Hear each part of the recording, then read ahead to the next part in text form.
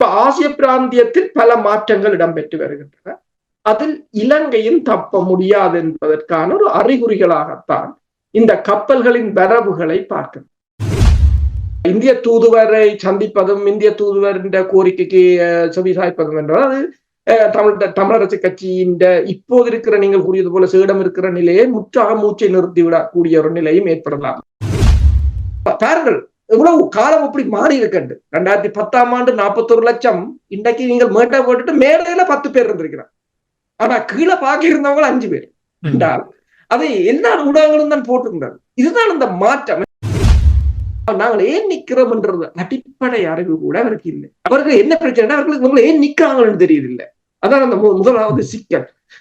மற்றது ஏன் நிக்கிறாங்கன்னு தெரியணும்னா உங்களுக்கு ஒரு அடிப்படை அறிவு வேணும், அரசியல் அறிவு. இனி வரும் காலங்களில் தமிழ் மக்கள் சார்பாக ஒருவர் நிற்பார், சிங்கள மக்களுக்கு நாங்கள் வாக்களித்து விட்டு சிங்கள மக்கள் அடிக்கிறார்கள் என்று போய் இந்த வெளிநாடுகளில் முறையிடுகின்ற ஒரு அறிவீனமான செயல்களை இனிமேல் நாங்கள் செய்ய மாட்டோம் என்றால் சரி.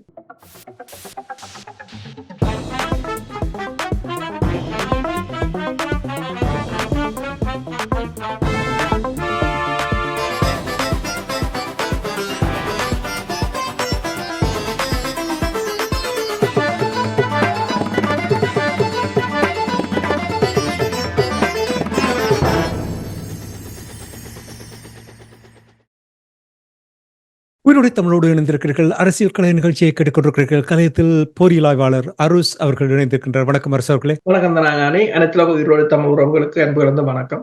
இன்றைய அரசியல் கலை நிகழ்ச்சியில் இலங்கை தீவில் நடைபெறுகின்ற விடயங்களை பார்ப்போம். இன்று முதலில் நாங்கள் அரசு தலைவருக்கான தேர்தலை பார்ப்போம். அதற்கு முன்னதாக இலங்கை தீவை மையப்படுத்தி பூகோள அரசியல் நடைபெறுகின்ற விடயங்களை பார்த்திருக்கின்றோம். சீனாவினுடைய கப்பல் வந்தது, இந்தியாவினுடைய கப்பல் வந்தது, இப்பொழுது அமெரிக்காவுடைய 3வது கப்பல் வந்திருக்கின்ற. என்ன காரணத்துக்காக இந்த கப்பல் எல்லாம் இலங்கை தீவை நோக்கி வருகின்றது என்று கூற முடியுமா? என்னென்று சொன்னால், அதாவது தற்போது நடைபெற போகின்ற தேர்தல் அரசு தலைவர் தேர்தலுக்கும் பூகோள அரசியலுக்கும் தொடர்பில்லை என்று யாரும் கூற முடியாது. அமெரிக்காவில் இடம்பெறுகின்ற தேர்தலில் கூட ரஷ்யா, சீனா, ஈரான் தலையீடுகள் இருப்பதாக அமெரிக்கா கடந்த வாரமும் கூறியிருந்தது. 2016ஆம் ஆண்டு இடம்பெற்ற தேர்தலில் ரஷ்யா ட்ரம்பை கொண்டு வருவதற்காக ப்ராஜெக்ட் லக்டா என்றதான் அந்த ஆபரேஷன் பேர். அது பூட்டின் டிசைன் பண்ணது என்று கூறுகிறார்கள். அவ்வாறு இப்ப நீங்க பாத்தீங்கன்னு சொன்னால் 2015ஆம் ஆண்டு இடம்பெற்ற தேர்தலில் மஹிந்தாவின் தோல்வி என்பது இந்தியாவின் புலனமைப்பான ரோவுக்கும் சீனாவுக்கும் மிகப்பெரிய பின்னடைவு இந்த வாரம் வெளியிட்ட தகவலில் இந்த கொழும்பு ஊடகம் ஒன்று தனது ஒப்பீனியன் கோலத்தில் தெரிவித்திருக்கின்றது. பெரிய பெரிய பின்னடைவு.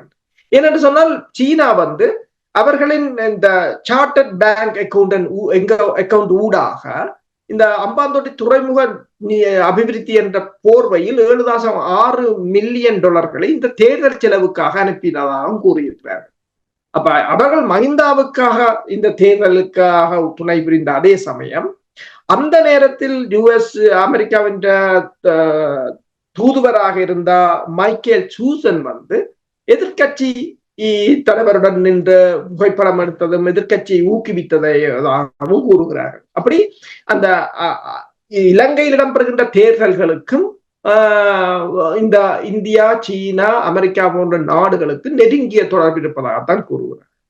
அதை இப்போது நீங்கள் பார்த்தீங்கன்னா சொன்னால் உதவி வெளிவிவகார செயலாளர் அலுவலகத்தைச் சேர்ந்த ஒருவர் இப்போது இலங்கைக்கு வந்திருந்தார் கடந்த வாரம். இப்ப யுஎஸ்எஸ் ஸ்டாக்டேல் என்ற ஒரு பிரிகேட் கப்பல் வெள்ளிக்கிழமை கொழும்பு துறைமுகத்துக்கு வந்திருக்கின்றது. கிட்டத்தட்ட 155 மீட்டர் நீளமான இந்த கப்பல் 332 கடற்படையோட வந்திருக்கு. இந்த மாதத்துக்கு நீங்கள் பார்த்தீங்கன்னு சொன்னால், அதாவது இந்த ஆகஸ்ட் மாதத்துக்கு மட்டும் 3 அமெரிக்க கப்பல்கள் வந்திருக்கு. இப்ப அமெரிக்கா தன் பிரசன்னத்தை இந்து சமுத்திர பிராந்தியத்தில் அதிகரிப்பதற்காக இலங்கையை தனக்குரிய தனது நலன்களுக்கு, அதாவது கையகப்படுத்துவதற்கான ஒரு முயற்சியாகத்தான் பார்க்கலாம். உதாரணமா பார்த்தீங்கன்னா சொன்னால், இப்ப தாய்வான் பாதுகாப்பு ஆலோசகரும் அவசர அவசரமாக அமெரிக்காவுக்கு சென்றிருப்பதாகவும் இரகசியமான பாதுகாப்பு பேச்சுக்களை நடத்துவதற்கு சென்றிருப்பதாகவும் கூறப்படுகின்றது. அப்ப ஆசிய பிராந்தியத்தில் இப்ப நீங்கள் பங்களாதேஷில் இடம்பெற்றதை நீங்கள் பார்க்கலாம். இப்ப ஆசிய பிராந்தியத்தில் பல மாற்றங்கள் இடம்பெற்று வருகின்றன. அதில் இலங்கையும் தப்ப முடியாது என்பதற்கான ஒரு அறிகுறிகளாகத்தான் இந்த கப்பல்களின் வரவுகளை பார்க்கணும். நிச்சயமாக நீங்கள் கூறுவது போல் பூகோள அரசியல் இலங்கை தீவு ஒரு ஆடுகளமாக அந்த பிராந்தியத்தில் இருக்கின்றது என்பதை அடிக்கடி நீங்கள் கூறிக்கொண்டு வந்திருக்கிறீர்கள். இனி பூகோள அரசியல் என்று சொல்லும் பொழுது இந்தியாவினுடைய ஈடுபாடு அதிகமாக இருக்கின்றது. இந்தியாவினுடைய துணை தூதுவரை தமிழரசு கட்சி சேடமிழுத்துக் கொண்டிருக்கின்ற தமிழரசு கட்சி சந்தித்ததாக ஒரு சிலர் சந்தித்ததாக கூறப்படுகின்றது. என்ன காரணத்துக்காக இவர்கள் சந்தித்தார்கள்? இந்திய தூதுவர் ஷா இப்போது வடக்குக்கும் கிழக்குக்கும் பயணங்களை மேற்கொள்கின்றார். ஏனென்றால் இப்போது அவர்களுக்கு சஜித் பிரேமதாசாவை ஆதரிக்கின்ற ஒரு நிலைமை இருக்கின்றது. அதற்காக இப்ப தமிழ் மக்கள் ஒரு பொது வேட்பாளர் அல்லது தமிழ் வேட்பாளர் என்ற ஒரு நிலையில் நிற்பதால் அதை மடை மாற்றுவதற்கான ஒரு முயற்சி. அம்மையில் கூட இந்த தமிழ் பொது வேட்பாளரை முன்னிறுத்திய பொது கட்டமைப்புக்கு ரணில் கூட ஒரு கோரிக்கை விடுத்ததாகவும் தங்களுக்கு ஆதரவு தெரிவிக்குமாறு, தாங்களுக்கு இப்படி வெவ்வேறு கட்சிகள் ஆதரவு தெரிவிக்கின்றன, நீங்களும் தெரிவிக்கலாம் என்ற மாதிரி ஒரு நிலைமை என்று சொன்னால் முதல் 3 வேட்பாளர் இப்போது 4 வேட்பாளர். இப்ப நாமலை பொறுத்தவரையில் அவர் இறுதி நேரத்தில் இப்ப நீங்கள் பார்க்கலாம் அமெரிக்கா தேர்தலில் ஜோன் எஃப் கெனடி ஜூனியர் அவரும் போட்டியிட்டு இருந்தார். அவர் தற்போது விலத்தி தன் ஆதரவை ட்ரம்புக்கு கொடுங்கன்னு சொல்லியிருக்கிறார். இப்ப அதே மாதிரி நாமல் கடைசி நேரத்தில் விலத்தி தன் ஆதரவை வேற யாருக்கும் கொடுக்கலாம், அது வேறு விடயம். ஆனால் தற்போதைய நிலையில் அவங்களுக்கும் ஒரு தொகுதி வாக்குகள் இருக்கு. அப்ப மிக கடுமையான ஒரு போட்டி. இப்ப இதில் தமிழர் தரப்பின் நிலையை அறிந்து கொள்ளும் முகமாகத்தான் இந்த பயணத்தை நீங்கள் பார்க்கலாம். இவர் மட்டக்களப்புக்கு சென்றிருக்கிறார்.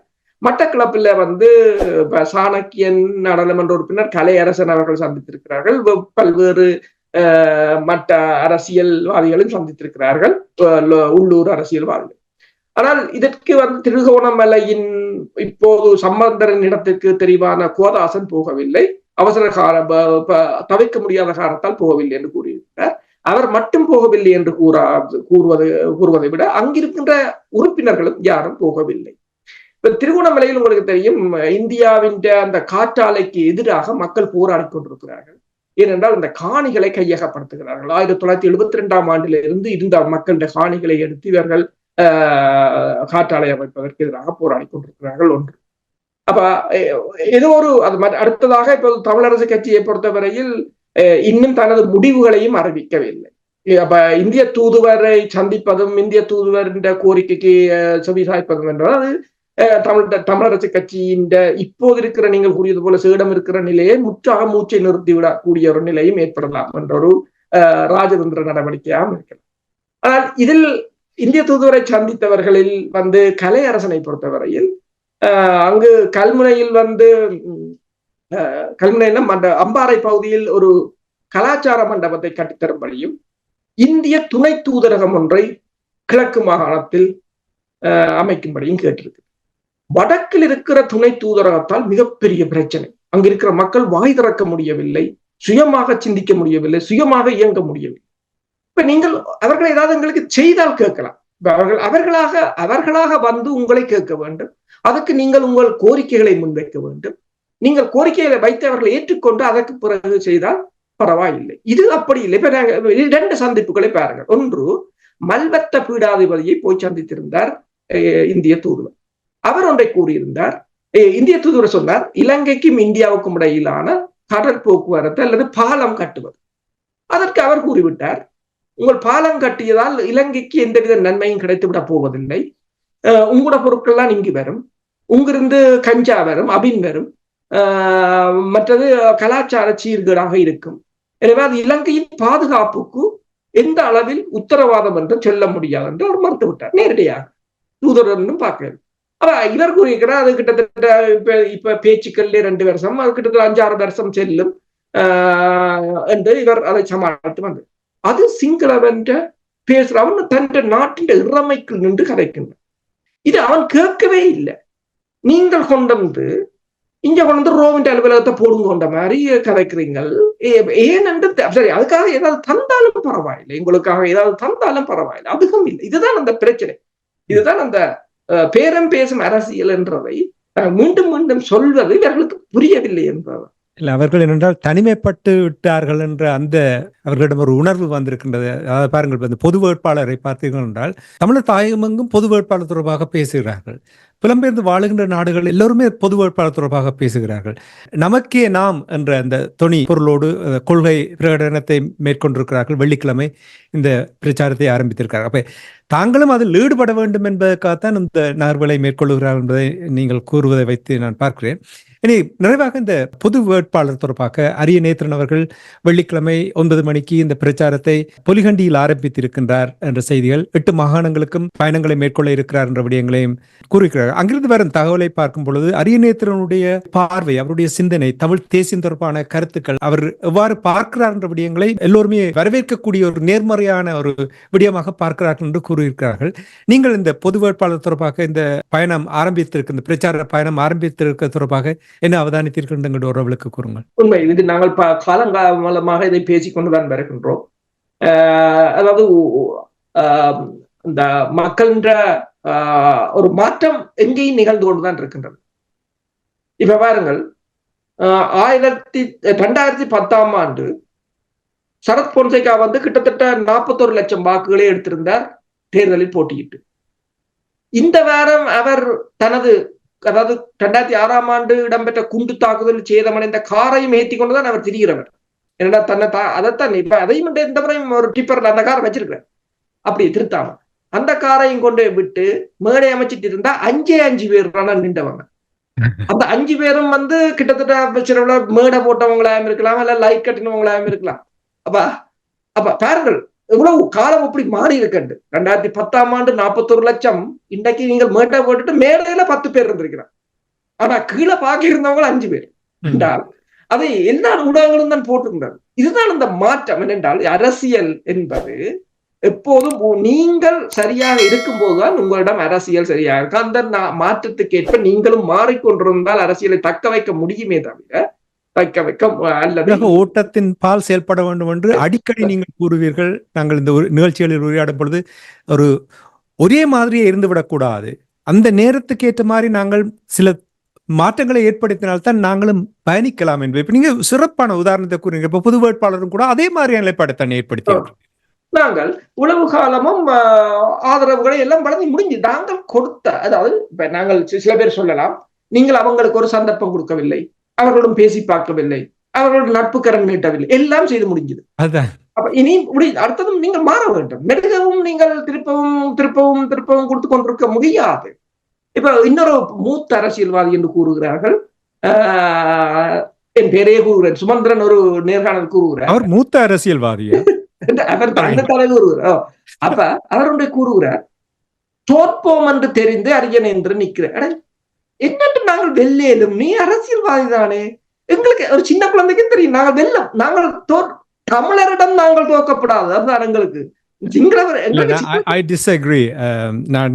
நீங்க சொல்றது ஏற்க, அவர் அரசியல்வாதி என்று இதுவரையில் ஒருத்தர், அவர் சிறந்த ஒரு சட்டத்தரணி, ஆனால் அரசியல் அவருக்கு தெரியவில்லை என்று பலர் கூறியதை நான் கேட்டிருக்கிறேன். உண்மைதான். அதான் நான் கூறுவேன், சட்டம் படித்தவர்கள் எல்லாம் அரசியல்வாதியாக முடியாது. அரசியல்வாதி என்பது நீங்கள் மக்களின் நிலைமை அறிய வேண்டும், மக்களின் மனங்களை வெல்ல வேண்டும். அப்ப அவர் திருப்பம் கூறுகிறார் என்றால் தோற்க போவோம் என்று நிற்கிறார்.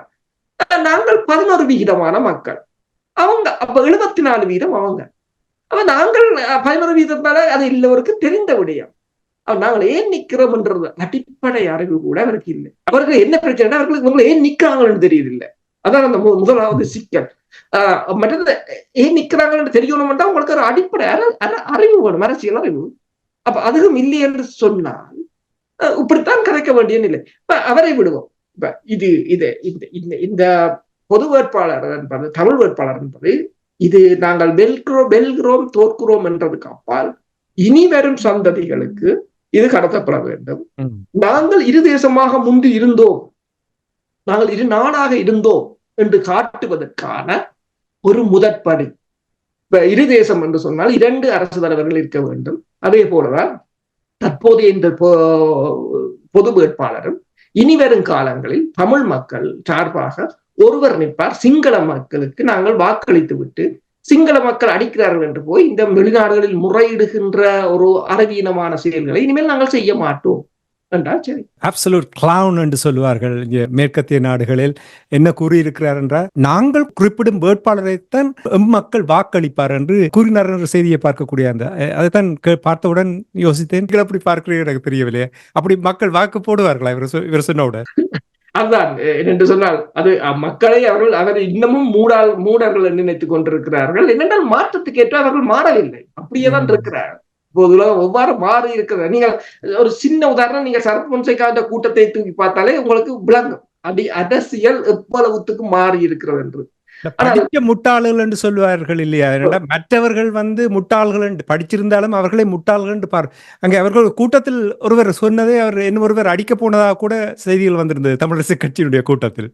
படிச்ச முட்டாள் முட்டாள் படிச்சல் முட்டாள் என்று சொல்லி. உண்மைதான். இப்ப 2015ஆம் ஆண்டு நீங்கள் பார்த்தீர்கள் என்று சொன்னால் இப்ப இருக்கிற நிலைமையில் கிட்டத்தட்ட 17 மில்லியன் மக்கள் வாக்குகளை போடக்கூடிய நிலையில் இருக்கிறார்கள். வாக்குகள் அதிலும் 76,000 பேர் புதிய வாக்காளர்கள். இந்த வருடத்தில் புதிய வாக்காளர் என்பது இளம் வயதினர், 18 வயதுக்கு மேற்பட்ட இளம் வயதினர். ஆனால் 2015ஆம் ஆண்டு ஐக்கிய நாடுகள் சபை இந்த UN பாப்புலேஷன் ஃபண்ட் ரிப்போர்ட் ஒன்றை கூறியிருந்தது. அந்த 71% இளைஞர்களுக்கு பொலிட்டிக்கலி இன்ஆக்டிவ், அரசியல் ரீதியாக அவர்களுக்கு பெரிய அரசியலில் ஆர்வம் இல்லை.